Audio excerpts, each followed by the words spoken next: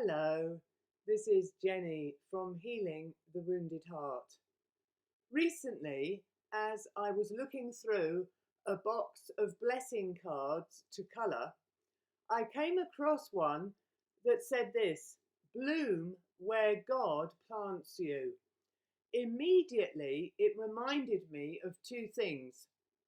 Firstly, many years ago, I was praying with a group of friends, and I had a picture in my mind's eye of Jesus taking me out of one pot and replanting me into another larger pot.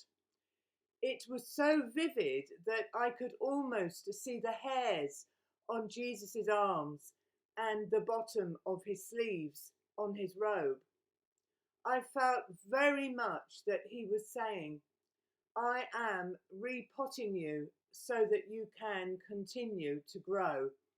Wow, this was just so amazing, and I have never forgotten it. Secondly, and I am sad to say, but nevertheless, I was working in a Christian environment, very happily actually, for quite a while. However, sadly, things changed. And to put it in a nutshell, I felt that my services were no longer required. I remember sharing this with a fellow believer at the time, and the answer came back to me: bloom where you are planted. In other words, I was to move out of that situation and be not only where I was appreciated, but also where God was placing me so that I could bloom for Him. Interesting, isn't it? Are you blooming where God has planted you? Or maybe you are not in the right place at the moment.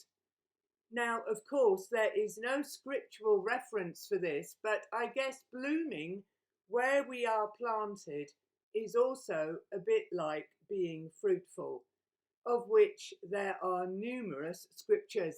For example, in the New Testament, in John chapter 15, verse 5, Jesus said, I am the vine, you are the branches.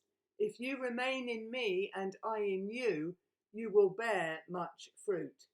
Apart from me, you can do nothing. Let's continue to remain, to bloom, and to bear fruit for Him. God bless you. Amen.